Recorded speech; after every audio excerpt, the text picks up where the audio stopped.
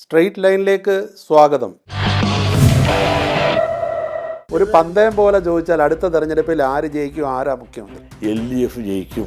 ത്രികോണ മത്സരം അടുത്ത പ്രാവശ്യം ശക്തമായിരിക്കും. ആ ശക്തിയുടെ ഗുണം കിട്ടാൻ പോകുന്നത് LDF-നായിരിക്കും. അത് പിണറായി നയിക്കുന്ന LDF-നാണോ? പിണറായി നയിക്കാത്തൊരു LDF-ന് ഇവിടെ വട്ടപ്പൂജയായിരിക്കും. ഇപ്പോൾ കോൺഗ്രസിന് ഒരു പക്ഷേ അധികാരം കിട്ടുകയാണെങ്കിൽ ആരായിരിക്കണം മുഖ്യമന്ത്രി? ഇവർക്ക് അവിടെ വരുന്ന വിമർശിക്കുന്ന UDF അയ്യപ്പൻ്റെ കാര്യം പറഞ്ഞാണ് ഇപ്പോൾ ഇവരെ വിമർശിക്കേണ്ടത്. അതിനേക്കാൾ എത്ര ജീവൽ പ്രശ്നമുണ്ടപ്പോൾ പുള്ളിനെ ഇഷ്ടമാണ്. അപ്പോൾ എപ്പോഴും ഞാൻ ഗണേശ എന്ന് പറഞ്ഞാൽ എനിക്ക് പുണ്യം കിട്ടും. അപ്പോൾ ഞാൻ പറഞ്ഞു അവൻ്റെ തന്തയാണെന്ന് പറഞ്ഞു. കാരണം ഞാൻ നടരാജനല്ലേ, നടേശനല്ലേ. അപ്പോൾ ഈ ഗണേശൻ്റെ അപ്പനാരാണ്? ശിവനല്ലേ. ദേവസ്വം ബോർഡ് പ്രസിഡന്റ് ഉൾപ്പെടെയുള്ള എല്ലാ ആളുകളിലെ കണ്ണീരാണ്. എല്ലാ ദേവസ്വം ബോർഡിലും നിന്ന് സ്വർണം പരിശോധിച്ച് നോക്കും. സ്റ്റോക്കും രജിസ്റ്ററും തമ്മിൽ ഒരു ബന്ധം കാണും.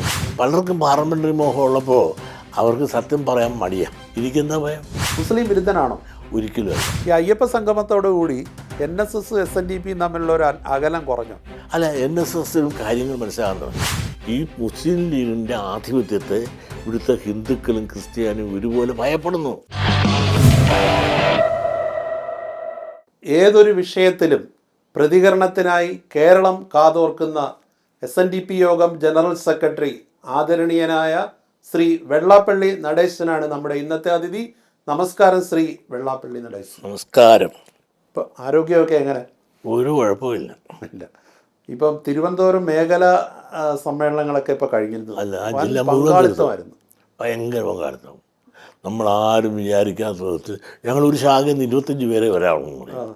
പക്ഷെ വണ്ടിയും പിടിച്ച് 25 പേര് 50 പേര് വരികയല്ലേ. 3000-3200 ആളുകൾ സംബന്ധിക്കേണ്ട കോൺഫറൻസിനൊക്കെ 5000-5200 പ്രതിനിധികളും കയറി വരികയാണ്. അത്ര ആവേശകരമായിട്ട് താഴത്ത് ശാഖക്കാരെ തല്ലി മേടിക്കും. കാരണം അവർ 25 പേര് വന്നാൽ മതി എന്ന് പറഞ്ഞാൽ ആരാണ് 25 പേരെ സെലക്ട് ചെയ്യുന്നത്? അപ്പോൾ ഞങ്ങളെടുത്തില്ല എന്ന് പറഞ്ഞാൽ അവർ നേരെ സാരി കൊടുത്ത് പിള്ളേരെ ഉടുപ്പ് വിട്ട് വണ്ടി കയറാൻ വരികയാണ്. കണ്ടുമില്ലേ, ഒക്കത്തില്ല. അതൊരു നേതൃത്വത്തിൻ്റെ ഒരു വിജയമാണ്. നേതൃത്വത്തിൻ്റെ അല്ല, കാലഘട്ടത്തിൻ്റെ വ്യത്യാസം കൂടെ ഉണ്ട്. തിരുവനന്തപുരം ജില്ലയിൽ തന്നെ ഒരു സാമുദായികമായ ഒരു ഐക്യം വേണമെന്നുള്ള ചിന്ത നല്ലപോലെ കയറിയിട്ടുണ്ട്. അതല്ലെങ്കിൽ ഞാൻ അന്തം വിട്ടു പോയിട്ടുണ്ട്. കടക്കലിനെക്കുറിച്ചുള്ള ഗ്രാമപ്രദേശത്ത് ചെന്നിട്ട് പോലും 5:30 മണിയായിട്ട് പോലും പോകാതെ ആ സ്ത്രീ പുരുഷന്മാർ പാക്കഡായിട്ട് ആ ഹാളിലിരിക്കുകയാണ്. അപ്പോൾ എല്ലാം പാവങ്ങളാണ്. സമുദായത്തിൻ്റെ കാര്യം പറയാൻ SNDP ഉണ്ട്, SNDP യോഗം ഉണ്ടെന്നുള്ളൊരു വികാരം ആൾക്കാർക്കിടയിൽ വന്നിട്ടുണ്ട്. സത്യം പറയാൻ കാരണം എനിക്ക് പാർലമെൻ്ററി മോഹമില്ലല്ലോ. പലർക്കും പാർലമെൻ്ററി മോഹം ഉള്ളപ്പോൾ അവർക്ക് സത്യം പറയാൻ മടിയാണ്. അതിൽ സത്യം പറയാൻ മടിയാണ്, അല്ലെങ്കിൽ അയാൾക്ക് ചിലർക്ക് ഭയവുമാണ്. ചില സമുദായത്തെ എനിക്കെന്താ ഭയം? ഒന്നും വേണ്ട, തൊമ്മന് പോയാൽ തൊപ്പിപ്പാളാ. സമുദായത്തിൽ എന്നെ വേണ്ടേ? എനിക്കും വേണ്ട, ഞാൻ വീട്ടിൽ പോയിരുന്നോളാം. പക്ഷെ ഇരിക്കിടത്തോളം കാലം ഈ കസേരയുടെ മഹത്വം നഷ്ടപ്പെടുത്തിക്കൊണ്ട് ഞാനിരിക്കില്ല. ജാതി പറയേണ്ടി വന്നാൽ പറയാൻ മടിക്കില്ല എന്ന് എപ്പോഴും പറയും. ജാതി പറയേണ്ടത് ഡബിളായിട്ട് ഞാൻ പറയും. ജാതിയും നീതിയും ഇവിടെ നിയമപ്രായിരിക്കല്ലേ മിസ്റ്റർ. പേര് കേട്ട ജാതി അറിയാൻ പാടില്ലേ? അബ്ദുള്ള എന്ന് ഏതെങ്കിലും ഈഴവനുണ്ടോ? ഒരു നായർക്കുണ്ടോ? കേശവൻ നായരെന്ന് ഏതെങ്കിലും ഈഴവനുണ്ടോ? അപ്പോൾ അതുപോലെ മുസ്ലിമിന് നടേശൻ എന്ന് പറയുന്നത് ഏതെങ്കിലും ഉണ്ടോ? പേര് കേട്ട ജാതിയാണ്. വസ്ത്രധാരണത്തിൽ വരെ ജാതി കണ്ടാലറിയാം. പിന്നെ ജാതി സംവരണമല്ലേ ഇപ്പോൾ ഇവിടെ നിലനിൽക്കുന്നത്. ഇവിടെ ഇതേ ത്രിതല പഞ്ചായത്ത് വരികയാണ്. ആ ത്രിതല പഞ്ചായത്ത് വരുമ്പോൾ പോലും എന്താണ് റിസർവേഷൻ ഇല്ലേ പട്ടികജാതിക്കാർക്ക്? നമ്മുടെ അസംബ്ലിയിൽ തന്നെ എത്ര 14 സീറ്റ് റിസർവേഷൻ അല്ലേ? അപ്പം ജാതി പറയാൻ പാടില്ല. ഇതെല്ലാം ഈഴവനായിട്ടല്ലേ പറയുള്ളൂ. അപ്പോൾ ഗുരുവിനെ മുമ്പിൽ കൊണ്ടുനിർത്തും. നമ്മുടെ സന്യാസിമാരാണെന്നുണ്ടെങ്കിൽ മിണ്ടത്തുമില്ല, അവരും അതിനൊത്തു നിൽക്കും. ജാതി പറയാൻ പാടില്ല. ഒരു ജാതി, ഒരു മതം, ഒരു ദൈവം, മനുഷ്യന് എന്ന് ഗുരു പറഞ്ഞിട്ട്. അതുകൊണ്ട് നമുക്ക് ആർക്കും ജാതി പറഞ്ഞവരില്ല ഇവിടെ എത്തി, ജാതി പറയാത്ത നമ്മളെല്ലാം ഇവിടെ എത്തി. കുമാരനാശാൻ പ്രജാസഭയിൽ നടത്തിയ പ്രസംഗങ്ങളെല്ലാം ജാതിയല്ലേ പറഞ്ഞത് അദ്ദേഹം? നീതിക്ക് വേണ്ടിയിട്ടാണ്. ജാതി പറയുമ്പോൾ അതൊരു വർഗീയതയായി ചിത്രീകരിക്കപ്പെടുന്നുണ്ട്. അതെ, എന്താ അങ്ങനെ പറയേണ്ട കാര്യമില്ല. ഈ ജാതി ചിന്ത ഉണ്ടാകുന്നത് എന്താണ്? ജാതി വിവേചനമാണ്. ഈ ഡോക്ടർ പൽപ്പുവിന് ജോലി കൊടുക്കാതിരുന്നതല്ലേ ആ വിവേചനമല്ലേ SNDP ഉണ്ടാകുന്നത്. ആ ഡോക്ടർ പൽപ്പുവിന് ജോലി കൊടുത്തിരുന്നെങ്കിൽ ബാക്കി എല്ലാവർക്കും സമമായി കൊടുത്തിരുന്നുവെങ്കിൽ ജാതി ചിന്തയും ഉണ്ടാകില്ലായിരുന്നു, SNDP ഉണ്ടാകേണ്ടത്.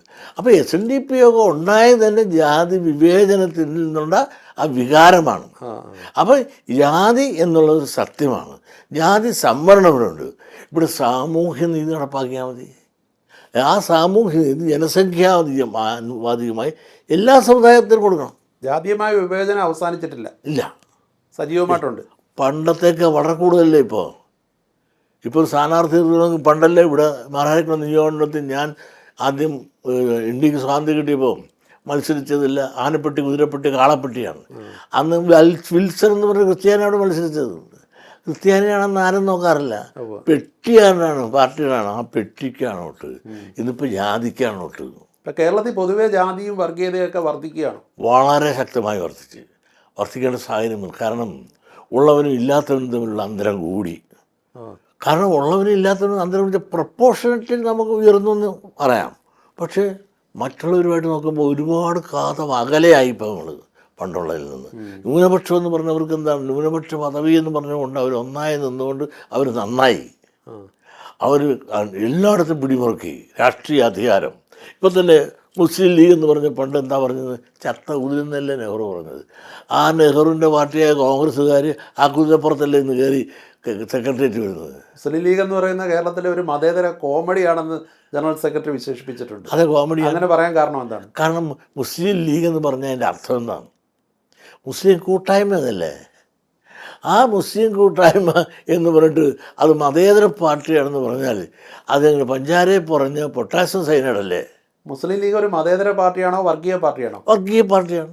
അവർ തന്നെ പറഞ്ഞിട്ടുണ്ടല്ലോ, ഈ സുപ്രീം കോടതി ഒരു കേസ് കൊടുത്തപ്പോൾ അതിൻ്റെ അഫിഡവിറ്റ് കൊടുത്തിട്ടുണ്ട്. ഈ വഖഫ് ബോർഡിൻ്റെ മുസ്ലിം സമുദായത്തിൻ്റെ അഭിവൃദ്ധിക്കും ഉന്നതിക്കും വേണ്ടി പ്രവർത്തിക്കുകയാണ് ഞങ്ങളുടെ കടമയെന്ന അഫിഡവിറ്റ് സുപ്രീം കോടതി കൊടുത്തില്ലേ. പക്ഷേ കോൺഗ്രസ് അവരെ മതേതര പാർട്ടിയായിട്ടാണ് ചിത്രീകരിക്കുന്നത്. അതാണ് അവരുടെ കഴിവ്. കോൺഗ്രസ് ആയാലും കമ്മ്യൂണിസ്റ്റ് ആയാലും മുസ്ലിം ലീഗുകാരെ അവരെ മതേതര പാർട്ടി അംഗീകരിക്കാനുള്ള മസിൽ പവറും മണി പവറും മാൻ പവറും അവർക്കുണ്ടായി. അവർ പലതും വിളിപ്പിക്കാൻ അവർക്ക് കഴിവുണ്ടായി. ഇപ്പോൾ ഈ കോൺഗ്രസ്സുകാർ തന്നെ അവരിൽ ഒരാളെ എടുക്കണമെങ്കിൽ മലപ്പുറത്ത് അല്ലാതെ ചോദിക്കാതെ ഇപ്പോൾ കോൺഗ്രസിൽ പോലും ഒരാളെ അവരെടുക്കുന്നുണ്ടോ? അപ്പോൾ എന്താ കാരണം? അവരുടെ പവറാണ്, അവരുടെ കൂട്ടായ്മയാണ്. കഴിഞ്ഞ 9.5 വർഷമായിട്ട് അവർ അധികാരത്തിന് പുറത്തിരിക്കുകയാണ്. ഇത്തവണ ഇനി അവർ ചാഞ്ചാടി ഇങ്ങോട്ട് കാണാം, ഇടതുപക്ഷത്തേക്ക് മറിയൂ. അവർക്ക് അതിനുള്ള സാധ്യത തള്ളി കയറാനൊക്കത്തില്ല. അവർക്ക് അങ്ങനെ വലിയ ആദർശമൊന്നുമില്ല. 9.5 കൊല്ലം പുറത്ത് നിന്ന് കണ്ടില്ല, ഒരു ഷാജി പ്രസംഗം കേട്ടില്ലേ, 9.5 കൊല്ലം ഞങ്ങൾ പുറത്ത് നിന്ന്, ഇനി ഞങ്ങൾക്ക് ആ 9.5 കൊല്ലം പോയതും അതിൻ്റെ അപ്പുറത്തോടെ കിട്ടിയെത്തിയൊരു അത് പിടിച്ചെടുക്കണം, അതുകൊണ്ട് നമുക്ക് ഒന്നായി നിന്ന് നമുക്ക് പിടിച്ചെടുക്കണം എന്ന് പറയുകയാണ്. 9.5 കൊല്ലം അത് ഇരുന്ന കാലത്ത് മുഴുവൻ അമ്പലം വിഴുങ്ങി ബിംബം വിഴുങ്ങി പിന്നെയും ഭഗവാൻ പിൻപേ എന്ന നിലയിലായിരുന്നു. ഈ 9.5 കൊല്ലം നഷ്ടപ്പെട്ടതാണ്. ഇനിയിപ്പോൾ 9.5 കൊല്ലം ഇടതുപക്ഷത്തിനാണ് ഭരണമെങ്കിൽ അവർ ഇങ്ങോട്ട് പറഞ്ഞാലും അവരത് വരെ അതിശയൊന്നും വിചാരിക്കാനില്ല. ഇടതുപക്ഷം അവരെ സ്വീകരിക്കാൻ തയ്യാറായിരിക്കും. അവർ സ്വീകരിക്കും. അന്നേരം ആദർശ രാഷ്ട്രീയം പോയില്ലേ, നിലപാട് എന്തായിരിക്കും? ശരിയായിരിക്കില്ല, ശരിയല്ലെന്ന് ഞങ്ങൾ പറയും. ആദർശ രാഷ്ട്രീയം പോയില്ലേ, ഇപ്പോൾ അവസരവാദ രാഷ്ട്രീയമല്ലേ ഇപ്പോൾ നടക്കുന്നത്. പണ്ട് കമ്മ്യൂണിസ്റ്റ് പാർട്ടിക്ക് ഒരു ആദർശം ഉണ്ടായിരുന്നല്ലോ. ലീഗിന്റെ ലക്ഷ്യം മുഖ്യമന്ത്രി പദമാണോ ഉപമുഖ്യമന്ത്രി പദമാണോ? അവർക്ക് മുഖ്യമന്ത്രി പദമാണ് ആത്യന്തികമായ ലക്ഷ്യം. അവസരം കിട്ടിയാൽ അവത്തേക്കര് പിടിക്കും. അതെല്ലാം ഒത്തില്ലെങ്കിൽ ഉപമുഖ്യമന്ത്രി. അതുകൊണ്ട് അങ്ങനെ മേടിച്ചിട്ടില്ലേ. അതെ, മുഖ്യമന്ത്രി CS ആയിരുന്നില്ലേ. അവസരം കിട്ടിയാൽ അത് വെട്ടിപ്പിടിക്കും എന്നുള്ള ഉറപ്പാണ്. മുസ്ലിം ലീഗിനെ വിമർശിക്കുമ്പോൾ ജനറൽ സെക്രട്ടറി അങ്ങേ ഒരു മുസ്ലിം വിരുദ്ധനായിട്ട് ചിത്രീകരിക്കുന്നുണ്ട്. അതെ, മുസ്ലിം വിരുദ്ധനാണോ? ഒരിക്കലും അല്ല. മുസ്ലിങ്ങളിൽ എത്രയോ നല്ല ആളുകളുണ്ട്. നമ്മുടെ കണക്കാടിറ്റ് പറയുന്ന എത്രയോ കൊല്ലമാണ്. റഹീം അസോസിയേറ്റ്സ് 30 കൊല്ലമായില്ലേ മാറ്റിയിട്ടുണ്ട്. കൊല്ലത്തുകാരനല്ലേ, നിസാറല്ലേ നമ്മുടെ അഡ്വക്കേറ്റ്, ഇത് മുസ്ലിമല്ലേ. മുസ്ലിമിൽ എത്രയോ നല്ലവരുണ്ട്. ഈ മുസ്ലിങ്ങളിൽ കുറേ തീവ്രവാദികളുണ്ട്, അവരെയാണ് എതിർക്കുന്നത്. യഥാർത്ഥ മുസ്ലിങ്ങളിലൊന്നും അവർക്കെല്ലാം സ്നേഹം, തന്നെക്കുട്ട് തന്നെ അയൽവക്കക്കാരെ സ്നേഹിക്കുമെന്ന് ക്രിസ്തു പറഞ്ഞെങ്കിൽ നബിദിനമേൻ എന്താ പറഞ്ഞത്? താൻ കിടന്നുറങ്ങുന്നതിന് മുമ്പ് അടുത്ത അയൽവക്കത്തുകാരനും ഭക്ഷണം കഴിച്ചിട്ടുണ്ടോ എന്ന് തിരക്കി, അവൻ കഴിച്ചിട്ടില്ലേ ഭക്ഷണം കൊടുത്തിട്ട് ഉറങ്ങാവുള്ളതാണ്. ഇതിപ്പോൾ ഇങ്ങനെ അടുത്ത അയൽവക്കത്തുള്ളവൻ്റെ ഭക്ഷണം കൂടെ അടിച്ചെടുക്കാൻ മാർഗമുണ്ടോ എന്നുള്ളതാണ് ഇവർ പലചെല്ലും നോക്കുന്നത്. ഞാൻ മലപ്പുറത്ത് പോയിട്ട് ഈ ഞങ്ങളുടെ സമുദായത്തിന് ഒരു പള്ളിക്കൂടം തന്നെ എന്ന് പറഞ്ഞപ്പോൾ എന്നെ വർഗീയവാദിയാക്കി എന്തിനാ ട്വിസ്റ്റ് ചെയ്തില്ലേ അവർ. ഞാൻ പറയാത്ത പറഞ്ഞു എന്ന് പറഞ്ഞുകൊണ്ട് ട്വിസ്റ്റ് ചെയ്തുകൊണ്ട് മുസ്ലിങ്ങളെ ഞാൻ കടന്നാക്രമിച്ചു. മുസ്ലിങ്ങളെ ഒരിക്കലും ആക്രമിക്കുന്നില്ല. ഒരിക്കലും മുസ്ലിങ്ങളെ ആക്രമിക്കില്ല. മുസ്ലിം ലീഗിന്റെ ഇത്തരം നയങ്ങളെയാണ് എതിർക്കുന്നത്. മുസ്ലിം ലീഗിൻ്റെ നയങ്ങളെ. ആ, മുസ്ലിങ്ങളിൽ എത്രയോ നല്ലവരുണ്ട്. നമ്മുടെ ഇവരൊക്കെ ആയിട്ട് ഒരുമിച്ച് പിന്നാക്ക സമുദായ മുന്നണി എന്നൊക്കെ പറഞ്ഞ് നിന്നല്ലേ. ആണ്, അതല്ലേ എനിക്ക് ദുഃഖം. അതുകൊണ്ടല്ല കോൺഗ്രസിനോട് ചോദിക്കാത്തത്. പിന്നോക്ക സമുദായ മുന്നണി എന്ന് പറഞ്ഞുകൊണ്ടും അന്നത്തെ LDF മറിച്ചുകൊണ്ട് നമുക്ക് UDFിനൂടെ വരുത്തി നിങ്ങൾക്കുള്ള കുറവുകളെല്ലാം പരിഹരിക്കാൻ നിൽക്കാം, അതുകൊണ്ട് ഞങ്ങളും കൂടി നിൽക്കുമെന്ന് പറഞ്ഞ് ഞങ്ങൾ മുന്നോക്ക സമുദായ മുന്നണി, സംവരണ സമുദായ മുന്നണി എന്നൊക്കെ പറഞ്ഞ് നടന്ന് ഇവിടെ സെക്രട്ടേറിയറ്റ് മാർച്ച്, PSC മാർച്ച്, ഹൈക്കോടതി മാർച്ച്, ഡൽഹി മാർച്ച്, എത്രയോ ലക്ഷം രൂപ ഞാൻ മുടക്കി. അവിടെ ഭരണത്തിൽ വന്ന് ചോദിച്ചപ്പോൾ ആലുവ വളർത്തത്ത് പോലും വെച്ചാണ് ഭാവമില്ല. അവർ സ്പെഷ്യൽ നരേന്ദ്ര കമ്മീഷൻ റിപ്പോർട്ട് അനുസരിച്ച് സ്പെഷ്യൽ റിക്രൂട്ട്മെൻറ്റ് നടത്തി അവർക്ക് കുറവുള്ള അവർ പരിഹരിച്ചില്ലേ. എന്നാൽ ആ നരേന്ദ്ര കമ്മീഷൻ റിപ്പോർട്ടിൽ കണ്ട സഹജീവിയായ നമ്മളെ കഴിച്ചില്ല. വല്ല മല്ലനും മാധവനും കൂടെ കാട്ടിപ്പോയത് പോലെ പോയി, നമ്മളെ ഇട്ടിട്ട് അവർ പോയി. ഇപ്പോൾ എല്ലാ സ്ഥലങ്ങളിലും പ്രസംഗിക്കുമ്പോൾ പറയുന്ന ഒരു കാര്യമാണ്, 3ാം ടേമിലും LDF ഭരണം വരും, പിണറായി വീണ്ടും മുഖ്യമന്ത്രിയാവും. എന്താണ് അങ്ങനെ പറയാൻ കാര്യം? ഒറ്റ കാര്യമുള്ളൂ, ഇന്ന് ജനങ്ങളുടെ വലിയൊരു ചിന്തയുണ്ട്. ഇടതുപക്ഷത്തിൻ്റെ വലിയ ഗുണകരമായ ഭരണം കൊണ്ടല്ല, അല്ല, വളരെ ദുർബലമാണ് UDF. UDF ദുർബലമാണ് എന്ന് പറയാൻ പ്രധാന കാരണം ഇന്ന് BJP ശക്തമായിട്ട് വളർന്നു കഴിഞ്ഞൂടാ. രാജീവ് ചന്ദ്രശേഖറിൻ്റെ വരവോടുകൂടി പണ്ടത്തെ സെറ്റപ്പ് അല്ല. അദ്ദേഹം ഒരു കച്ചവടക്കാരൻ കൂടെയാണ്. സെൻട്രൽ നേരിട്ട് അപ്രോച്ച് ചെയ്യാനുള്ള സംവിധാനമുണ്ട്. തിരുവനന്തപുരത്ത് തന്നെ കുറഞ്ഞ സമയം കിട്ടിയില്ലെങ്കിലും ചെറിയ വോട്ടിനെ തോറ്റുപോയത്. അല്പം നേരത്തെ സമയം കിട്ടിയിരുന്നെങ്കിൽ അദ്ദേഹം അവിടെ ജയിച്ചു തരാം. വിനയം പുള്ളിയുടെ മുഖബന്ധനയാണ്. സത്യസന്ധത, ചെയ്യാമെന്ന് പറഞ്ഞ കാര്യം ചെയ്യും, ഒക്കലാത്ത കാര്യം ഒക്കലെന്ന് പറയും. നേരിട്ട് പണ്ടുള്ള പല ആളുകൾക്കും നേരിട്ടുള്ള അപ്രോച്ചുകൾ ഇല്ലപ്പാ, ബന്ധമില്ലായിരുന്നു, ഒരു ബന്ധമില്ലായിരുന്നു. പിന്നെ സാമ്പത്തിക ഇടപാടിൽ ഒരുപാട് ക്രമക്കേടുകൾ കേട്ടിട്ടില്ലേ. ഇന്നിപ്പോൾ ഇദ്ദേഹത്തിൻ്റെ ഇമേജുള്ള ഒരാളെന്ന നിലയിൽ ആളുകൾ കുറേയെല്ലാം അഹമികയായി അങ്ങോട്ട് വരുന്നുണ്ട്. മാത്രമല്ല BJPയോട് വളരാൻ കൂടുതൽ സഹായകരമാകുന്നത് മുസ്ലിങ്ങളെ കടന്നുകയറ്റവും അവരുടെ ആധിപത്യവും അവരുടെ ദാർഢ്യവും ഒരു പറയാം. ഇത് സഹിച്ച ഹിന്ദുക്കളും അവരുടെ ക്രിസ്ത്യാനികളും വളരെ വിഷമത്തിലല്ലേ. പാലായാലും അച്ഛനൊക്കെ കൊടുക്കുന്നില്ല, അവർ പിന്നെ മിണ്ടുന്നില്ലെന്നല്ലേ. അടിപണി ചെയ്യാൻ അവർ വളരെ വീഴന്മാരാണ്. അവർ പറഞ്ഞു എന്നെക്കുട്ടുള്ളവരിങ്ങനെ പറയുകയുണ്ട്, അപ്പോൾ അടി കൂടെ പണിതിരിക്കും. അല്ല, BJPയുടെ വളർച്ച ഇടതുമുന്നണിക്കും ദോഷകരമാവില്ലേ? കാരണം കഴിഞ്ഞ പാർലമെന്റ് തെരഞ്ഞെടുപ്പിൽ CPMന്റെ ബേസ് വോട്ടുകൾ ചോർന്നു എന്ന് അവർ തന്നെ വിലയിരുത്തിയിട്ടുണ്ട്. ശരിയാണ്. ആ BJPയിലേക്ക് കുറെ വോട്ടുകൾ പോയിട്ടുമുണ്ട്. അന്നേരം BJPയുടെ വളർച്ച രണ്ടുപേർക്കും ദോഷമല്ലേ? BJPയുടെ അവർ കുറേ വോട്ട് പിടിച്ച് അത് പാർലമെൻറ്റിലാണ്. അസംബ്ലി മാറ്റം വരും. അപ്പം CPMന്റെ വോട്ടിന് ചോർച്ച വരും. അതൊരു 5% വരുമെങ്കിൽ 25% കോൺഗ്രസിന് പോകും, രണ്ടിലും പോകും. അപ്പോൾ ഈ ഹിന്ദു വോട്ട് രണ്ടിടത്തു നിന്നും ചെന്ന് ചേരുന്ന എവിടെയാണ്? BJPയിലാണ്. ഈ BJP ചേരുമ്പോൾ ഏറ്റവും കൂടുതൽ ശുഷ്കമാകുന്ന ഏതാണ്? കോൺഗ്രസ്സാണ്. ഈ കോൺഗ്രസിൻ്റെ ബേസ് ഏതാണ്? ക്രിസ്ത്യൻ ഹിന്ദു വോട്ടാണ്.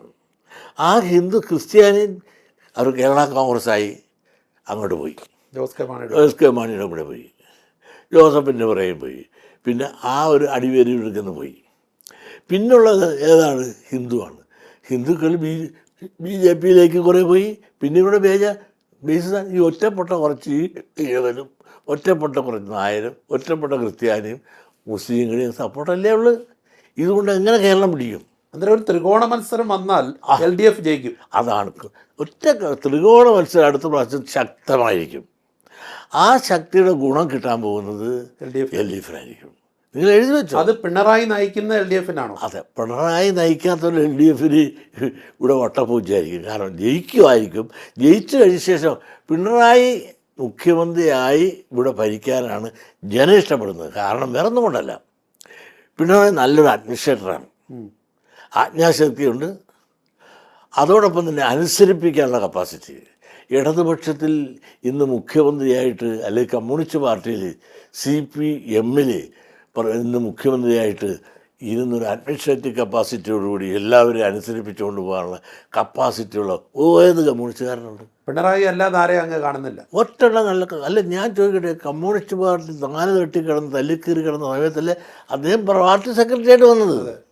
ആ പാർട്ടി സെക്രട്ടറി ആയിട്ട് വന്ന് അദ്ദേഹത്തിന് അതെല്ലാം തല്ലിക്കൂട്ടി ഒപ്പിച്ചെടുത്ത് കേരളം കയ്യിലാക്കിയില്ലേ?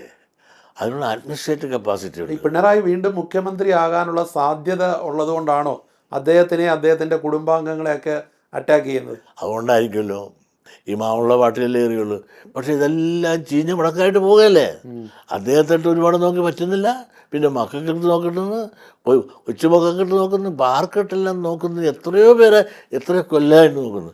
എന്നിട്ട് അദ്ദേഹം എന്താണ് പാറ പോലെ കല്ലിന് കാറ്റ് പിടിച്ച പോലെ ഇരിക്കുക.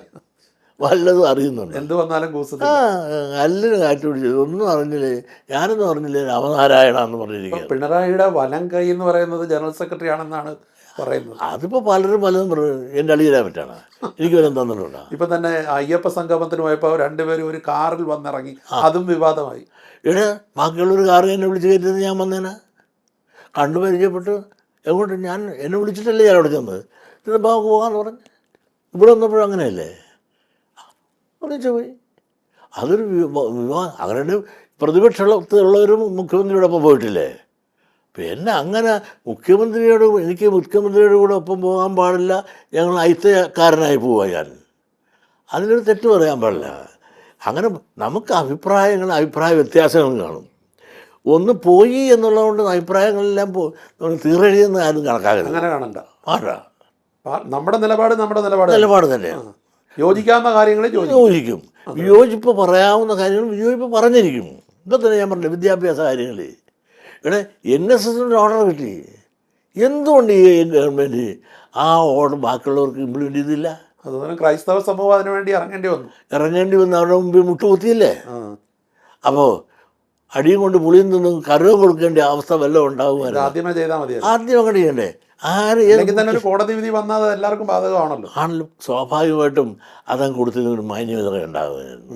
കാരണം നമ്മൾ NSS കിട്ടുള്ളൂ, അതുകൊണ്ട് ആർക്കും ബാധകമല്ല പറ്റും, അത് പറയാൻ പാടില്ലായിരുന്നു. അങ്ങനെ പല തെറ്റുകൾ ചെയ്യുന്നുണ്ട്. ഇപ്പം അയ്യപ്പ സംഗമത്തിന് ശേഷം സമദൂരം എന്നുള്ള നിലപാട് മാറ്റി ശരി ദൂരം എന്നാണെന്ന് NSS general secretary Shri G. Sukumaran Nair പറയുന്നുണ്ട്.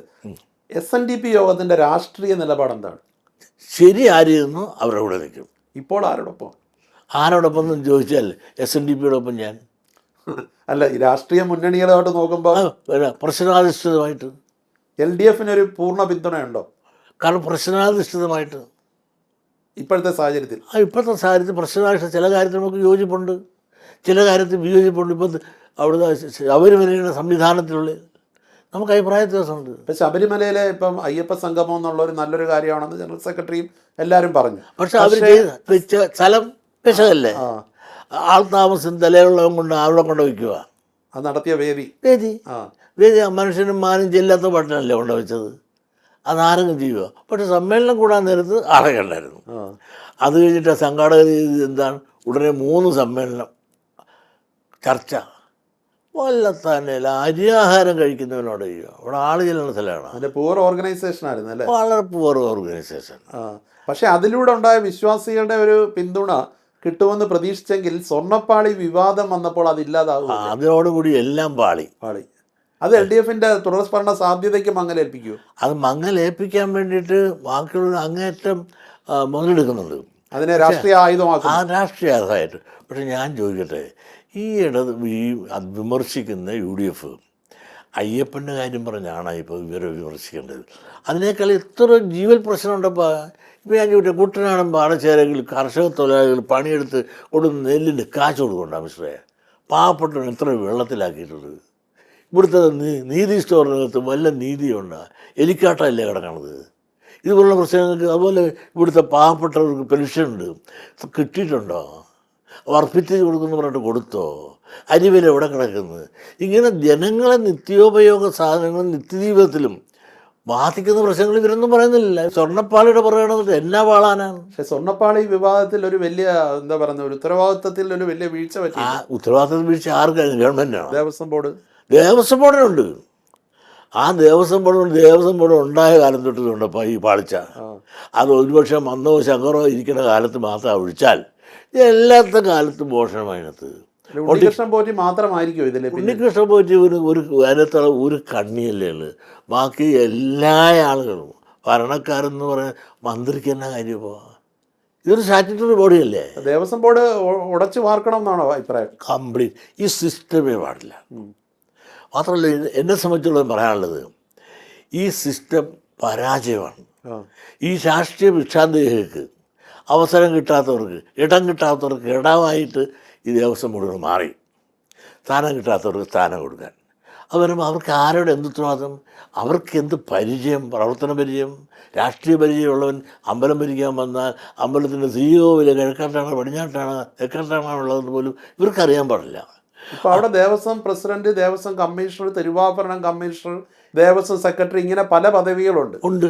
അല്ല ഇവരെല്ലാം കൂടെ ഒന്നായല്ല, അവരെല്ലാം ഒരുമിച്ച് നിന്നിട്ടാണ് ഈ ചെയ്യണതല്ല. അതെ, അതെല്ലാം ഒരു കമ്മീഷണറോ മെമ്പറോ അല്ല ഇതെല്ലാം ചെയർമാൻ ഇതിനകത്ത് നിൽക്കുന്ന ദേവസ്വം ബോർഡ് പ്രസിഡന്റ് ഉൾപ്പെടെയുള്ള എല്ലാ ആളുകളും ഇതിലെ കണ്ണികളാണ്. അല്ലാതെ അവിടെ അതിന് മന്ത്രിയൊക്കെ ചീത്ത പറഞ്ഞിട്ട് വല്ല കാര്യമുണ്ട്. മന്ത്രി വാസവനായതുകൊണ്ടായിരിക്കും. വാസവനല്ല, അതിന് മുമ്പിരുന്ന ഏത് മന്ത്രിയായാലും മന്ത്രിക്ക് ഇതിനകത്ത് ഉത്തരവാദിത്വം ഇല്ലല്ലോ. വാസവൻ പൊതുവെ നല്ല രീതിയിൽ കാര്യങ്ങൾ കൊണ്ടുപോകുന്ന ഒരാളല്ലേ. സംശയമുണ്ട്. ഞാൻ ചോദിക്കട്ടെ, അദ്ദേഹത്തിന് മിടുക്കൊണ്ട് 3 മന്ത്രിയുടെ വകുപ്പാണ് കൊടുത്തിരിക്കുന്നത്. അതെ, അത് സഹകരണം, ദേവസ്വം, പോർട്ട്, ഇത് മൂന്ന് മന്ത്രി കൈകാര്യം ചെയ്യേണ്ടിരുന്നതാണ്. അത് അദ്ദേഹത്തിനോട് ചെല്ലുന്നവരാരും നിരാശപ്പെട്ടു പോകാറില്ല. അതെ, വിനയമാണ് പുള്ളിയുടെ മുഖമുദ്ര. മാന്യവും മര്യാദയായിട്ട് പ്രതിപക്ഷമായാലും ഭരണപക്ഷമായാലും ഏത് ജാതിപ്പെട്ടവരായാലും അവിടെ കാര്യം കേട്ടിട്ട് ചെയ്യാവുന്ന വിശ്വാസം ചെയ്ത് കൊടുക്കും. മന്ത്രി രാജിവെക്കണമെന്ന് പറയുന്നതിൽ യാതൊരു കഴമ്പുമില്ല. യാതൊരു കഴമ്പുമില്ല. രാജിവെക്കേണ്ട അവരൊന്നും അല്ല. ഈ ബോർഡ് മെമ്പർമാർ എല്ലാം രാജിവെക്കണം, പ്രസിഡന്റ് അടക്കം എല്ലാവരും. ഇതെല്ലാം പരാജയത്തിൻ്റെ പര്യായമല്ലേ, ഈ സംവിധാനത്തിൻ്റെ പരാജയമാണ്. ഈ ഉത്തരവാദിത്വം ആരെയാണ് ഏൽപ്പിക്കേണ്ടത് ശരിക്കും? ഈ കമ്മീഷണർമാരുടെയൊക്കെ ഇതെല്ലാം പിരിച്ചു വിട്ടിട്ട് ചെയ്യേണ്ടത് സെൻട്രൽ ഗവൺമെൻറ് നടത്തുന്ന ഒരു സിസ്റ്റമുണ്ട്. ആ സിസ്റ്റം മന്ത്രിയുടെ കൈ താക്കോലിരിക്കണം. അത് IAS വയ്ക്കണം. ഈ കമ്മീഷണറുടെ ചുമതല എന്ന് പറഞ്ഞാൽ ഒരു IAS സെക്രട്ടറി ആയിട്ട് വെക്കണം. അയാളിന് സർവീസ് ഇരിക്കുന്നതിനാ. അവന് ഓരോ ഒപ്പിടുമ്പോഴും പേടിക്കും, പെൻഷൻ പറ്റേണ്ടതാണ്. എന്നിട്ട് ഈ ഫയലെല്ലാം താഴത്ത് പ്രോസസ്സ് ചെയ്ത് വരട്ടെ. ശുപാർശ ചെയ്തിട്ട് കൊള്ളാവുന്നതാണ് ശുപാർശ ചെയ്യും. അതിൽ കമ്മിറ്റിക്കാരായിട്ട് ചെയർമാൻ രാഷ്ട്രീയക്കാരിരിക്കട്ടെ, മെമ്പർമാർ കയർ ബോർഡിൻ്റെ ചെയർമാനായ പൊളിറ്റീഷ്യൻസാണ്, കമ്മിറ്റിയിൽ പൊളിറ്റീഷ്യൻസാണ്. കയർ ബോർഡായാലും അതുപോലെ സ്പൈസസ് ബോർഡായാലും ഇതെല്ലാത്തിനും അവർ രാഷ്ട്രീയക്കാർ ഒഴിവാക്കാൻ പാടില്ല, അവരും വേണം. പക്ഷേ കീ പോസ്റ്റിൽ IAS വേണം. അതിന് ഓരോ സ്റ്റെപ്പിലും വേണം.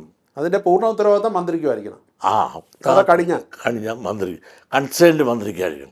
അങ്ങനെയാണ് ഒരു കുന്നും നടക്കുന്നത്. പക്ഷേ എനിക്കൊന്നേ പറയാനുള്ളൂ, ഇതിനകത്ത് ദേവസ്വം കമ്മീഷണർ IAS അതോടൊപ്പം ദേവസ്വം സെക്രട്ടറി IAS ഇവിടെ ഒരുപാട് തലങ്ങളിൽ പേപ്പർ പ്രോസസ്സ് ചെയ്ത് പോകൊണ്ടാണ്. അതുപോലെ തന്നെ തിരുവാഭരണം കമ്മീഷണർ വലിയ പോസ്റ്റാണ്, അയാൾ IAS അതുപോലെ ശബരിമല എക്സിക്യൂട്ടീവ് ഓഫീസർ IAS അതിന് താഴെ അഡ്മിനിസ്ട്രേറ്റീവ് ഓഫീസർ ഒരു RDOയുടെ റാങ്കിലുള്ള ഒരാളെ വെച്ചാൽ മതി. അവർ ശുപാർശ ചെയ്ത് ഇത്തരം തലങ്ങളിൽ ശുപാർശ ചെയ്ത് ഫയൽ പോകണം. ഒന്നും രണ്ടോ കോടിക്കണക്കിനുള്ള കാര്യങ്ങളാണ്. ഈ തലങ്ങളിലെല്ലാം പോയി കഴിഞ്ഞാൽ ചെയർമാൻ, കമ്മിറ്റിയുടെ ചെയർമാൻ രാഷ്ട്രീയക്കാരൻ, കമ്മിറ്റി അംഗങ്ങൾ രാഷ്ട്രീയക്കാരൻ, പൊളിറ്റിക്കൽ അപ്പോയിൻമെൻറ്റ്. അപ്പോൾ എന്താണെന്ന് വെച്ചാൽ ഇത്തരം പ്രോസസ്സ് പല വീട്ടിൽ IAS സീനിയറും ജൂനിയറായ ആളുകളിരിക്കല്ലേ. ഇവരെല്ലാം ഫയൽ നോക്കി പഠിച്ച് അവർക്ക് പെൻഷൻ പറ്റേണ്ടവരാണ്. നിയമം നോക്കും. ഇത് ബാക്കി വരുന്ന പൊളിറ്റീഷ്യൻസിന് വല്ല നിയമം അറിയാവുക. ഈ ഇപ്പം ഇരിക്കുന്ന കമ്മീഷന്മാരെന്നുള്ള യോഗ്യത എന്താണ് നിങ്ങൾ തിരക്ക് നോക്കുക. ഡിഗ്രി ഉണ്ട്, എവിടുത്തെ ഡിഗ്രിയാണ്? വേറെ പല യൂണിവേഴ്സിറ്റിയിൽ നിന്ന് എടുത്ത ഡിഗ്രികളാണ് ഇപ്പോൾ ഇരിക്കുന്നത് തിരുവിതാംകൂർ ദേവസ്വം ബോർഡിലെ പല ഉദ്യോഗസ്ഥന്മാരുടെയും. അവർ മെമ്പർമാരെയൊക്കെ കബളിപ്പിക്കും. മെമ്പർമാർ ഈസിയായിട്ട് കളിപ്പിക്കും, പാവങ്ങൾ ഒപ്പിട്ട് കൊടുക്കും. അങ്ങനെ നിരപരാധികളും കാശ് മേടിക്കാൻ ഏൽപ്പിച്ച് മേടിപ്പിക്കും. മേച്ചപ്പുറത്ത് കൊണ്ട് ഇട്ട് മേടിക്കാത്തവൻ്റെ മേശകത്താണ്. ദേവസ്വം ബോർഡ് ഈ സവർണ്ണ മേൽക്കോയ്മയാണെന്നും ജനറൽ സെക്രട്ടറി നേരത്തെ പറഞ്ഞിട്ടുണ്ട്. അത് ഇന്നലെ മാറ്റം ഉണ്ടായിട്ടില്ല. എന്തായാലും അടിയന്തരമായിട്ട് ദേവസ്വം ബോർഡ് ഉടച്ചു വാർക്കണം. ദേവസ്വം ബോർഡ് ട്രിവാൻഡ്രം മാത്രമല്ല, എല്ലാ കേരള പിന്നെ കൊച്ചിൻ ദേവസ്വം ബോർഡുണ്ട്, മലബാർ ദേവസ്വം, മലബാർ ദേവസ്വം ബോർഡിൽ വേണ്ട 1500 ക്ഷേത്രങ്ങളുണ്ട്. എല്ലാം പട്ടിണിയല്ലേ ഇപ്പോൾ. അതായത് ഗുരുവായൂർ ഒരുപാട് പണം കിടപ്പുണ്ട്. അതുപോലെ ഒരു പൂമൂടലൊരു അമ്പലം ഉണ്ടല്ലോ, കാടാമ്പുഴ, അവിടെ ഒരുപാട് പണം. ഈ പണം അമ്പലം വെറുതെ ബാങ്കിട്ടിട്ട് ആർക്ക് വേണം? അതെല്ലാം പ്രയോജനകരമായിട്ടൊക്കെ ഉണ്ടപ്പോൾ. ഇവിടെ 1251 ക്ഷേത്രങ്ങളാണ് ഈ തിരുവിതാംകൂർ ദേവസ്വം ബോർഡിൽ. അല്ല 51 ക്ഷേത്രം മാത്രമേ സ്വയം പര്യാപ്തതയുള്ളൂ, ബാക്കിയെല്ലാം പട്ടിണിയാണ്. ഈ ഭഗവാന്റെ കാരുണ്യം കൊണ്ടാണ് ജീവിക്കുന്നത്.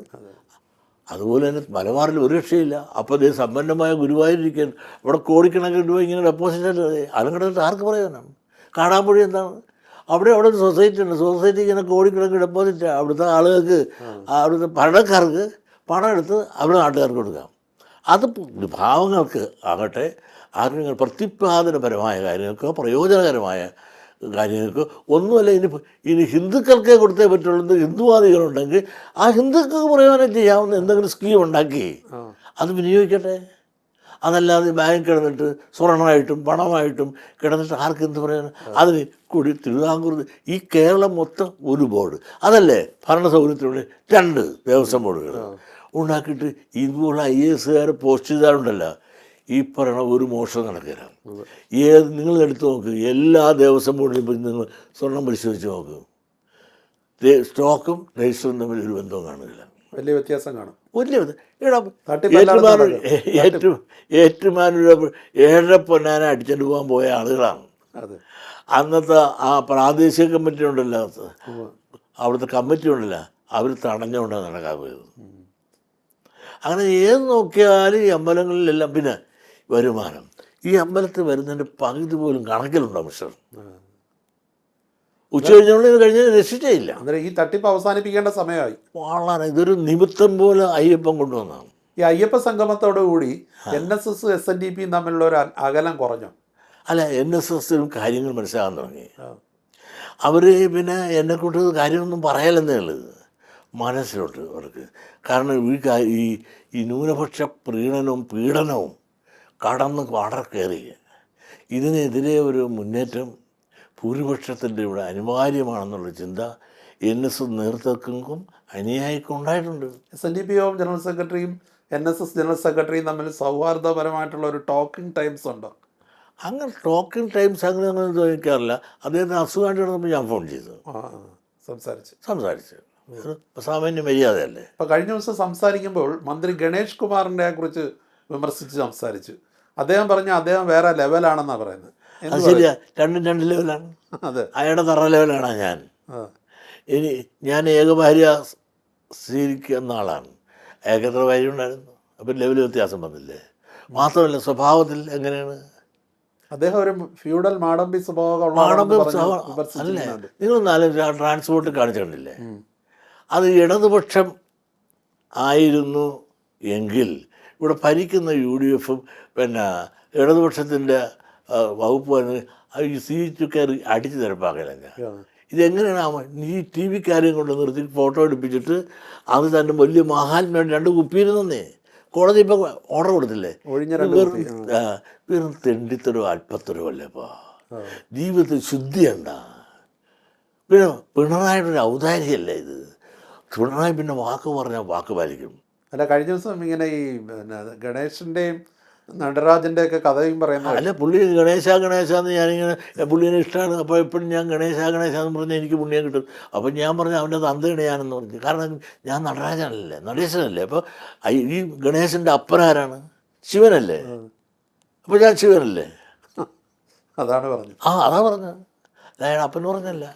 ഇപ്പോൾ ഈ കുറിക്ക് കൊള്ളുന്ന പ്രതികരണങ്ങൾ നടത്തുന്നതിൻ്റെ ആ ഒരു ഹരം ഇപ്പോഴും ഉണ്ട് അല്ലേ? അത് പ്രായമായെങ്കിൽ സ്വഭാവം മാറുക. ഈ പറഞ്ഞ ഞാൻ മറുപടി കൊടുക്കും. കാരണം എനിക്ക് ശുദ്ധിയുണ്ടെന്ന് കണ്ട പെണ്ണുങ്ങളെ പുറകെ പോയെന്ന് തെളിയിക്കാമോ? എനിക്ക് പല ഭാര്യമാരെയും വെച്ചോണ്ടിരിക്കണമെന്ന് പറയാനൊക്കുമോ? ചതിച്ചെന്ന് പറയാനൊക്കുമോ? ഇവരൊക്കെ ചതിവല്ല വേറെ ഉണ്ട്. ട്രാൻസ്പോർട്ട് മന്ത്രി ആയിരിക്കും പാരലായിട്ട് ട്രാൻസ്പോർട്ട് ഇവിടെ നടത്തുകയല്ലേ. ചേർത്തല സ്റ്റാൻഡിൽ വരെ അവരുടെ ബസ് കയറി ആളെ എടുത്തുകൊണ്ട് പോകല്ലേ. എറണാകുളം ബസ് സ്റ്റാൻഡിൽ കയറി എടുത്തുകൊണ്ട് പോകല്ലേ. ആരും മിണ്ടുന്നില്ല അവിടെ.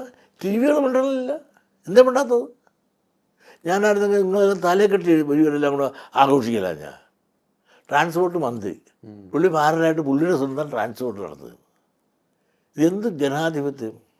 കോൺഗ്രസ് നേതാക്കളോടെല്ലാം വലിയ എതിർപ്പാണോ, പ്രത്യേകിച്ച് വി ഡി സതീശനോട്? വി ഡി സതീശൻ അഹങ്കാരത്തിന് കൈയും കാലും വെച്ചവരായിപ്പോയി. പൊതുവെ വേറെ അദ്ദേഹത്തെ അനുകൂലിക്കുന്നവർ പറയുന്നത് കണിച്ചുകുളങ്ങരയിലും പെരുന്നയിലും സന്ദർശിക്കാത്തത് കൊണ്ടാണ് വി ഡി സതീശനെ രണ്ടു കൂട്ടരും എതിർക്കുന്നത്. അല്ല, എന്നെ സന്ദർശിക്കാനായിട്ട് അയാൾ അപ്പാൻ്റെ അപ്പുറം ചോദിച്ചാണല്ലോ. ചോദിച്ചു കൊടുത്തില്ല.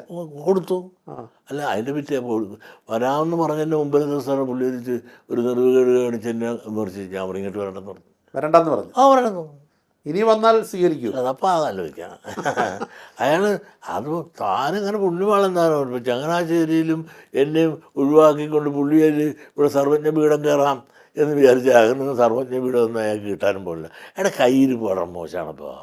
ഞാൻ ചോദിക്കട്ടെ, ഇത്ര പ്രായമുള്ള പിണറായിയുടെയൊക്കെ ഇത്ര ഇങ്ങനെ വെള്ളം മുട്ടിച്ചുകൊണ്ട് ഇത്ര ധിക്കാരവും ദാർഢ്യമായിട്ട് സംസാരിക്കുന്ന ഒരു പ്രതിപക്ഷ നേതാവ് ഞാൻ ഇത്രയും പ്രായം, എനിക്ക് 89 വയസ്സാണ്. ഞാൻ ഒരുപാട് നേതാക്കന്മാരെ കണ്ടിട്ടുണ്ട്. അഹങ്കാരത്തിന് കയ്യും കാലും വെച്ച ആളാണ്. കൂടെ നിൽക്കുന്ന നമ്മുടെ സുധാകരനുണ്ട്, KPCC പ്രസിഡന്റ്, ഇപ്പോൾ കേൾക്കണുണ്ട്. അത് മയ്യത്താക്കിയില്ലേ പുള്ളിയുടെ നിലപാടുകൾ. പക്ഷേ ചില വളരെ ശക്തമായ നിലപാടെടുക്കുന്ന ഒരാളാണ് സതീശൻ എന്ന് പൊതുവെ പറയാറുണ്ട്. അത് പുള്ളിക്ക് കൂടെ തോന്നിയാൽ പോരല്ല, ആളുകൾ കൂടെ തോന്നണ്ടേ? അങ്ങനെ നിലപാടെടുത്തെടുത്തെടുത്ത് ഇപ്പോൾ പുള്ളി എങ്ങനെയായി ഒഴിയാനെ സഞ്ചരിക്കുന്ന പോലെ ഇപ്പോൾ താഴോട്ടായില്ല, ആരും ഇല്ലാതായില്ല. ഇപ്പോൾ കൂടെ സതീശൻ ഇത്തരം വലിയ പ്രതിപക്ഷ നേതാവ് KPCC പ്രസിഡന്റ് പറഞ്ഞാൽ എന്ത് പറഞ്ഞാലും അപ്പം തന്നെ എതിര് പറയുമായിരുന്നു. അങ്ങനെ എതിര് പറഞ്ഞ സ്വന്തം പാർട്ടിയിലുള്ള ആളിനെ വെട്ടുകരത്തി നേതാവായ ആളാണ്. അപ്പോൾ ഗുരുത്വദോഷമുണ്ട്. ആ ഗുരുത്വദോഷം ഇപ്പം അനുഭവിക്കുന്നില്ലേ? താൻ കുടിക്കുന്ന കുഴിയിൽ ഞാനുമായിട്ട് എന്തെങ്കിലും ചക്കരം പീരയായിട്ട് നടക്കില്ല. പറവൂര് ഏത് പരിപാടി ഉണ്ടെങ്കിലും സതീശനുണ്ടെങ്കിൽ ഞാനും ഉണ്ട്. പറവൂരിലെ ഈഴവ സമുദായത്തിന് വലിയ മേൽക്കൈയുള്ളൊരു മണ്ഡലമല്ലേ? ആണ്. ഈഴവന് മാത്രമല്ല, നായർക്കും ക്രിസ്ത്യാനിക്കും കൂടെ ചേർന്ന് അവർക്കാണ്. ഇങ്ങനെ ചക്കര അടയായിട്ട് നടന്നിട്ട് പിന്നെ എങ്ങനെ തെറ്റിയത്? കയ്യിരിപ്പിൻ്റെ ഉണ്ട്. അയാളന്മാർ നമ്മളെയൊക്കെ ധിക്കാരും അധികാരം കിട്ടിയതിന് ശേഷം നമ്മളെല്ലാം ധിക്കാരമായി പെരുമാറാൻ തുടങ്ങി. ഇപ്പോൾ അത് മറ്റത്ത് മാടമ്പി സ്വഭാവത്തിൽ അവ പോടാവില്ലെന്ന് ഞാനും പറഞ്ഞു. ഇപ്പോൾ കോൺഗ്രസ്സിന് ഒരു പക്ഷേ അധികാരം കിട്ടുകയാണെങ്കിൽ ആരായിരിക്കണം മുഖ്യമന്ത്രി? ആരായിരിക്കണമെന്ന് ഇപ്പോൾ കവടി നിരത്ത് നോക്കണം. കാരണം ഇപ്പം തന്നെ നിങ്ങൾക്ക് ജംബോ കമ്മിറ്റിയാണ്. അവർക്ക് പോലും അറിയില്ല ആരാണ്. ഇപ്പോൾ ഉമ്മൻചാണ്ടിയുടെ പ്രധാനപ്പെട്ട ദിവസം അദ്ദേഹത്തിൻ്റെ മകനെ ഒഴിവാക്കുന്നപ്പോൾ അദ്ദേഹം ഇങ്ങനെ നെഞ്ഞിട്ട് തിരിച്ച് നടക്കണം. അപ്പോൾ ഇതാണ് കോൺഗ്രസ്. ആരെ എപ്പോൾ കാല് വരും എന്നറിയാനൊക്കത്തില്ല. ഈ നേതാക്കളെ കുറിച്ച് ചോദിച്ചാൽ KC വേണുഗോപാലിനെ കുറിച്ച് എന്താണ് അഭിപ്രായം? അദ്ദേഹം ഇപ്പോൾ വലിയ പവർഫുൾ മാനല്ലേ. ഇവിടെ കേരളത്തിൽ ആളെ കൂട്ടാൻ പുള്ളിയുടെ ഗ്രൂപ്പ് ഉണ്ടാക്കാൻ ശക്തമായി സജീവമായി പ്രവർത്തനം നടത്തിക്കുന്ന ആളുമെടുക്കണം. അല്ലെങ്കിൽ സെൻട്രലിൽ ഇങ്ങനെ എത്താൻ കേരളത്തിൽ ഹിന്ദി പോലും ചുവന്നേരം അറിയാൻ പാടില്ലാത്തവർ സെൻട്രലിൽ ഇത്ര സ്വാധീനം സാധിക്കുന്നുവെങ്കിൽ അദ്ദേഹത്തിന് അപാര കഴിവുള്ള ആളാണെന്നാണ് എനിക്ക് പറയാറുള്ളത്.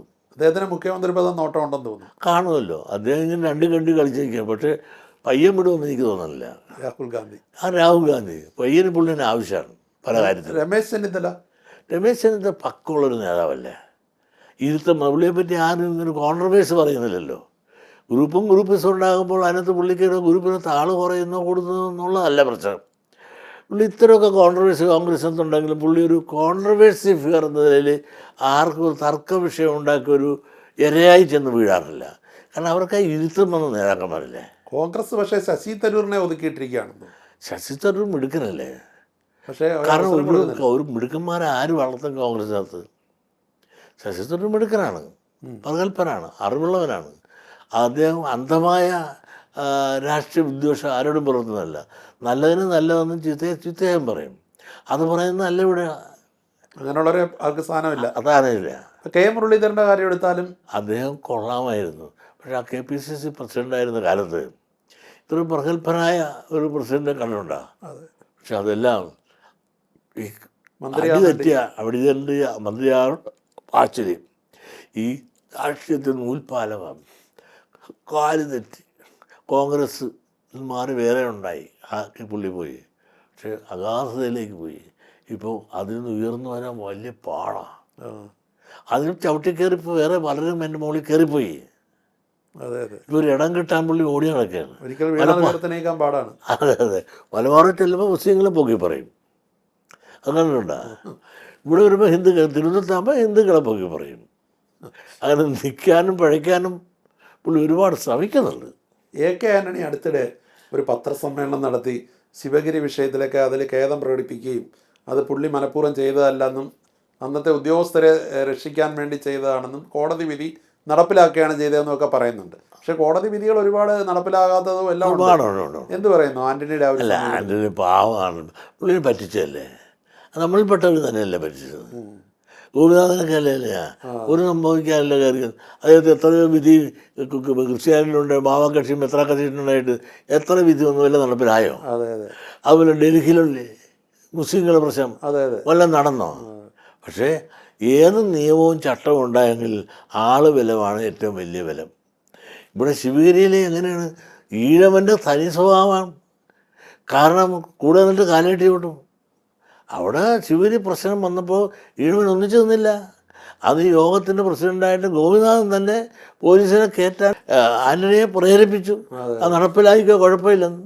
നടപ്പിലാക്കിയപ്പോൾ അത് എന്ത് പറ്റി? ആന്റണിക്ക് വലിയ പൊള്ളലേറ്റില്ലേ? ആന്റണിക്ക് അതിൽ വീഴ്ച പറ്റി. അത് അദ്ദേഹം ഉദ്ദേശശുദ്ധി ചെയ്തതാണ്. കാരണം അല്ലെങ്കിൽ കോടതിയിൽ നിന്നൊരു കമൻറ്റ് വരും. കമൻറ്റ് വരാതിരിക്കാനല്ല, ശിവഗിരിയോടുള്ള വിരോധമല്ല. എന്നിട്ട് അദ്ദേഹം അവിടെ വന്ന് ക്ഷമ പറഞ്ഞില്ലേ, അതാണ് ആന്റണി വലിയ മനസ്സിൻ്റെ ഉടമയാണ്. ചതിച്ച ആളുകൾ ഇവിടെ ഇവരൊക്കെ കൂടെയാണ്. അതുകൊണ്ടല്ലേ ഇദ്ദേഹം മണി ശിവഗിരി കുന്നിലെ തീമേഘങ്ങൾ എന്ന് പറഞ്ഞ പുസ്തകമൊക്കെ ഇല്ലേ, അതൊക്കെ നല്ലപോലെ ക്ലിക്ക് ചെയ്തില്ലേ. ഇപ്പോൾ അങ്ങ് പിണറായി വിജയനെ ഇഷ്ടപ്പെടുന്ന പോലെ തന്നെ നരേന്ദ്രമോദിയെ ഇഷ്ടപ്പെടുന്നുണ്ട്. എന്താണ് പ്രധാനമന്ത്രി എന്നുള്ള നിലയിൽ നരേന്ദ്രമോദി പ്രധാനമന്ത്രി നല്ലതാണെന്ന് ഇവിടെ 10 കൊല്ലം ഇവിടെ എന്താണ് പിണറായി വിളിച്ചത്? ആൾ വോട്ട് ചെയ്തിട്ടല്ലേ? അതെ. അപ്പോൾ വോട്ട് ചെയ്തിട്ടല്ലേ ജയിച്ചത്? അതെ. അതുപോലെ എന്താണ് നരേന്ദ്രമോദി ഇവിടെ 10 കൊല്ലമായിട്ട് ഭരിക്കുന്നത്? ആൾ വോട്ട് ചെയ്തിട്ടല്ലേ? അപ്പോൾ എന്തെങ്കിലും മഹത്വം അവരിലുണ്ടായിട്ടല്ലേ? അതുപോലെ ഒരു അന്തർദേശീയ തലത്തിൽ തന്നെ പ്രധാനമന്ത്രി എന്നുള്ള നില വലിയ അംഗീകാരം കിട്ടും. ഞാൻ നിങ്ങൾ മനസ്സിലാക്കുക, നരേന്ദ്രമോദിയെ അന്തർദേശീയ തലത്തിൽ ഇത്രയും പ്രഗത്ഭനും പ്രശസ്തനും അംഗീകരിക്കപ്പെട്ട ഒരു നേതാവ് നരേന്ദ്രമോദിയെ കൂട്ട് ആരുണ്ട്? ഗൾഫ് കൺട്രീസിൽ നിന്ന് നമ്മുടെ പണ്ടത്തെ പ്രധാനമന്ത്രിമാർ ആരും പോകുമോ? പോയാൽ അംഗീകരിക്കുമായിരുന്നോ? ഇന്ന് ഗൾഫ് കൺട്രീസിൽ നരേന്ദ്രമോദി എന്ന ലക്ഷക്കണക്കിന് ആളല്ലേ കൂടുന്നത്. മാത്രമല്ല ഗൾഫ് കൺട്രീസിൽ സുൽത്താൻ ഉൾപ്പെടെ സ്വീകരിച്ച് മാത്രമല്ല ക്ഷേത്രം വരെ പണിയാൻ സൗകര്യപ്പെടുത്തില്ലേ ഇപ്പോൾ. അപ്പോൾ നരേന്ദ്രമോദിയുടെ വൈഭവം അഖിലേന്ത്യാ തലത്തിൽ, അഖില ലോകാടിസ്ഥാനത്തിൽ ഇത്തരത്തിൽ ലോകത്തിൻ്റെ നെറുകയിൽ നരേന്ദ്രമോദിയുടെ ഇന്ത്യയുടെ മഹത്വം കൊണ്ടെത്തിച്ചില്ലേ. ഇപ്പം അമേരിക്കക്കാർ ഓയിൽ എടുക്കരുതെന്ന് പറഞ്ഞിട്ട് പുള്ളി മിണ്ടുന്നില്ല. ഓയിൽ ഇഷ്ടം പോലെ റഷ്യയിൽ നിന്ന് എടുക്കുന്നുണ്ട്. അല്ല, അങ്ങനെ വിമർശിക്കുന്നവർ പറയുന്നത് അങ്ങ് ഒരേ സമയം മോദിയുടെയും ഒരേ സമയം പിണറായിയുടെ ആളാണ്, അതിലൂടെ BJPയുടെ ആളാണ്, CPMന്റെ ആളാണ്. ഞാൻ BJPയുടെ നന്മയുടെ ഇഷ്യൂ അടിസ്ഥാനത്തിലാണ്, പ്രശ്നാധിഷ്ഠിതമാണ്. നരേന്ദ്രമോദിയുടെ നന്മകളെ നമ്മൾ വാഴ്ത്തുന്നു, ഇവരുടെയും നന്മകളെ വാഴ്ത്തുന്നു, പിണറായിയുടെയും. അപ്പോൾ അവിടെ വാഴ്ത്തുകയും ഇവിടെയും താഴ്ത്തുക അങ്ങനെയല്ല. നമ്മൾ ശരിയുടെ ഭാഗത്ത് നിൽക്കുകയാണ്. അതല്ല രാഷ്ട്രീയം നോക്കി അന്ധമായ രാഷ്ട്രീയ അന്ധത്വം കാണിക്കാൻ ഞാനൊരു രാഷ്ട്രീയ പാർട്ടിയും വാലല്ല ചൂലല്ല. അപ്പോൾ അടുത്ത നിയമസഭാ തെരഞ്ഞെടുപ്പിലെ നിലപാട് എന്തായിരിക്കും? അടുത്ത നിലപാട് വരുന്നത് വെച്ചാൽ പിന്നോക്കക്കാർക്ക് അധികാരം കിട്ടണം. പ്രത്യേകിച്ചും ഇവിടെ നീതി, സാമൂഹ്യ നീതി, ജനാധിപത്യത്തെ പങ്കാളിത്തമാണ് വേണ്ടപ്പോൾ ഭരണത്തിൽ. ഇപ്പോൾ ആലപ്പുഴ തന്നെ നിങ്ങൾ നോക്കൂ, പങ്കാളിത്തം പറഞ്ഞപ്പോൾ അരൂർ നമുക്കുണ്ടാ, കുട്ടനാട് നമുക്കുണ്ടാ, ഒറ്റ സീറ്റാ. കൊല്ലം വന്നാൽ ഒരു സീറ്റാ, എറണാകുളം വന്നാൽ ഒരു സീറ്റ്, കോട്ടയം വന്നാൽ ഒരു സീറ്റ്. ഇങ്ങനെയാണ് വേണ്ടത്. കൂടുതൽ അവഗണിക്കുന്ന കോൺഗ്രസ് ആണ്. ഇപ്പോൾ കഴിഞ്ഞ ഒരു MLA അല്ലേ ഉള്ളത്? അല്ല, കോൺഗ്രസ് ആയാലും കമ്മ്യൂണിസ്റ്റ് ആയാലും അങ്ങനെയല്ലേ? കമ്മ്യൂണിസ്റ്റുകാരും അങ്ങനെയല്ല. അതെ, അവർ ബാക്കിയുള്ളവർ സൂചിപ്പിക്കാൻ നടക്കല്ലേ. അപ്പോൾ ഈ എല്ലാവരും സൂചിപ്പിച്ച് വരുമ്പോൾ ഈ കുരങ്ങൻ അപ്പം തിന്ന പോലെയാണ്. ഈ തിന്ന് അപ്പം മുഴുവൻ കുരങ്ങൻ തിന്നും, നമുക്കിട്ടൊന്നുമില്ല നോക്കിയിരിക്കാൻ, വായി നോക്കിയിരിക്കാൻ. അരൂരൊക്കെ ആരും ജയിക്കേണ്ടതാണ്. പിന്നോക്കാരും ജയിക്കേണ്ട. ഗൗരിയമ്മയായാലും PS ശ്രീനിവാസായാലും എത്ര പേര് നിന്ന് ആ പാർട്ടികളിലൊക്കെ 18% ആളുകൾക്ക് സീറ്റ് കൊടുത്തതല്ലേ. കുട്ടനാടതുപോലെ തന്നെ എത്ര പിന്നോക്കാരും ജയിക്കുന്നത്. കേരള രാഷ്ട്രീയത്തിൻ്റെ കൂട്ടായ്മ, ഐക്യമുന്നണി കൂടുതൽ അവസരം കൊടുക്കുന്നവർക്കായിരിക്കും പിന്തുണ. അത് അവസരം വെച്ചാൽ ഈ കൂട്ടുമുന്നണി സംവിധാനം വന്നപ്പോൾ സീറ്റ് പഴുമ്പെടുമ്പോൾ ഇരോ പ്രാതിനിധ്യം കുറഞ്ഞു പോകുന്നൂടാ. അത് നീതി വേണ്ടേ? അപ്പോൾ CPM അങ്ങനെ ഒരു നിലപാടെടുക്കുമോ? CPMനോട് കൊല്ലത്തെ ഇവിടുത്തെ സംബന്ധിച്ചുള്ള പറ, ആലപ്പുഴ. ആലപ്പുഴ. ആലപ്പുഴ കുട്ടനാട് ആർക്ക് കിട്ടേണ്ടതാണ് സീറ്റാണ്. ഈഴവ സമുദായത്തിന് കിട്ടുന്നുണ്ട്. തന്നില്ലല്ലോ. ആർക്കും വേണ്ടാത്ത ഒരു ആളുകൾ കൊടുത്തില്ലേ. അവനെ കൊടുത്ത് അരൂർ ആർക്ക് കൊടുക്കേണ്ടതാണ്? നിർത്തിയിരുന്നതല്ലേ. ഇങ്ങനെ ഈഴവനെ അവഗണിക്കുന്നുണ്ട് കമ്മ്യൂണിസ്റ്റ് പാർട്ടിയുടെ അകത്ത് തന്നെ. അന്നേരം എന്നിട്ടും പിന്നെ മൂന്നാം വട്ടം LDF ജയിക്കുമെന്ന് പറയുന്നുണ്ടല്ലോ. കാരണം തമ്മിൽ ഭേദം തൊമ്മൻ. അങ്ങനെയാണ്. ആ അന്നേരം അടുത്ത തെരഞ്ഞെടുപ്പിൽ മറ്റവരെ ഒരു പന്തയം പോലെ ചോദിച്ചാൽ അടുത്ത തെരഞ്ഞെടുപ്പിൽ ആര് ജയിക്കും, ആരാ മുഖ്യമന്ത്രി? അടുത്ത തെരഞ്ഞെടുപ്പിൽ തീർച്ചയായിട്ടും LDF ജയിക്കും. അതിൻ്റെ കാരണം ഈ ഇക്വേഷനാണ്. കാരണം ഈ മുസ്ലിം ലീഗിൻ്റെ ആധിപത്യത്തെ ഇവിടുത്തെ ഹിന്ദുക്കളും ക്രിസ്ത്യാനിയും ഒരുപോലെ ഭയപ്പെടുന്നു. അവരിപ്പോഴും ഭയപ്പെടുത്തിയാണ് ആളെ നിർത്തുന്നത്. ആ ഭയന്ന് വിറച്ച് നിൽക്കുന്നവർക്ക് മുസ്ലിം ആധിപത്യം ഇവിടെ വരും. അവർ ഭയന്ന് വിറച്ച് നിൽക്കുകയാണ് ഇവിടുത്തെ മുസ്ലിമായ ക്രിസ്ത്യാനിയായാലും ഹിന്ദുക്കളായാലും. അതുകൊണ്ട് അവർ വരണമെന്ന് ആഗ്രഹിക്കുന്നു. ഞങ്ങളും അതുപോലെ തന്നെ ആഗ്രഹിക്കുന്നു. മുസ്ലിം വിരോധം ഉണ്ടായിട്ടല്ല. അവരുടെ പറച്ചിലും പ്രസംഗമൊക്കെ നിങ്ങൾ കേൾക്കുക. ഇപ്പം കിട്ടാതെ തന്നെ പറച്ചിലും പ്രസംഗം ഇതാണെങ്കിൽ ഇവിടെ ഭരണം കിട്ടിയ ആളുടെ സ്ഥിതി എന്തായിരിക്കും? ആലപ്പുഴയിലെ മുദ്രാവാക്യം കേൾക്കുന്നത് നിങ്ങൾ കേട്ടതല്ലേ? അതെ. ഈ മുദ്രാവാക്യം കേരളം മുഴുവൻ പറഞ്ഞ മതേതരത്തോടെ നമ്മൾ പറയണത്. മതാധിപത്യമാണ് ഇവിടെ വേണ്ടത്. അപ്പോൾ LDF ജയിക്കും. മുഖ്യമന്ത്രി പിണറായി ആയിരിക്കണം. അല്ലാതെ ഇവരാരെങ്കിലും മുഖ്യമന്ത്രിയാക്കിയാൽ 24 മണിക്കൂറിനുള്ളിൽ ആ LDFൻ്റെ ഭരണം പൊട്ടിത്തെറിക്കും. അതാണ് അതൊരു പ്രവചനമാണിത്. അത് പ്രവചിച്ചാൽ ആഭ്യന്തര സമരം ഉണ്ടാകും. ആരെ വെച്ചാലും ആരെ വയ്ക്കും. ആരെങ്കിലും തട്ടിക്കൂട്ടി വെച്ചാൽ അത് അപ്പം പൊട്ടിത്തെറിക്കുകയും ചെയ്യും. വിഭാഗീയത ഉണ്ടാകും. എന്തായാലും 10 മാസം കഴിയുമ്പോൾ ഈ കാര്യം നമുക്ക് ഒന്നുകൂടെ ഇരുന്ന് ചർച്ച നമ്മൾ രണ്ടുപേരും ഉണ്ടാവും. ഇത് SNDP യോഗത്തിൻ്റെയും ട്രസ്റ്റിൻ്റെയൊക്കെ ഭാരവാഹിത്വത്തിൽ 3 പതിറ്റാണ്ടുകൾ കഴിഞ്ഞു. എന്ത് പറയുന്നു? ഞാനിങ്ങനെ ഒന്നിയും തള്ളി പോയിക്കൊണ്ടിരിക്കുന്നു. കേസും പ്രശ്നങ്ങളും പ്രതിസന്ധികളും ഒക്കെ ഉണ്ട്. എനിക്കൊരു രസമാണ്. എന്നാലും ആ ഉത്തരവാദിത്തം ഏറ്റെടുത്ത കാലവും ഇപ്പോഴത്തെ ഈ 3 പതിറ്റാണ്ടുകൾ പിന്നിടുമ്പോൾ വളരെ ശക്തമായി ഇതിനെ ഒരു കാര്യമുണ്ട്. ഈഴവനും SNDP ഉണ്ട് എന്ന് ലോകത്തെമ്പാടും എനിക്ക് അറിയിക്കാൻ സാധിച്ചിട്ടുണ്ട്. അത് വളരെ ചാരിതാർത്ഥ്യമുണ്ട്. അതെ, യഥാർത്ഥമാണ്. എവിടെ ചെന്നാലും അംഗീകരിച്ചു കഴിഞ്ഞു. എവിടെ ചെന്നാലും എന്നെ സമുദായത്തിന് സ്നേഹിക്കുന്ന ഒരു കൂട്ടം ആളുകൾ ലോകത്തെവിടെ ചെന്നാലും എനിക്ക് കാണാനും വരാനും എന്നെ സ്നേഹിക്കാനും വരുന്ന കാണാൻ സാധിക്കുന്നുണ്ട്. അതൊക്കെ തന്നെ. അതില്ലെങ്കിൽ ഈ 89 വയസ്സ് വരെ ഞാൻ നിൽക്കുന്നത് തന്നെ ഇവർ തരുന്ന സ്നേഹങ്ങളാണ്, പാവങ്ങളുടെ പ്രാർത്ഥന. അതാണ് വലിയ ഊർജം. അതാണ് വലിയ ഊർജം. അപ്പോൾ അത് തുടരട്ടെ. എല്ലാ ആശംസകളും. Thank you.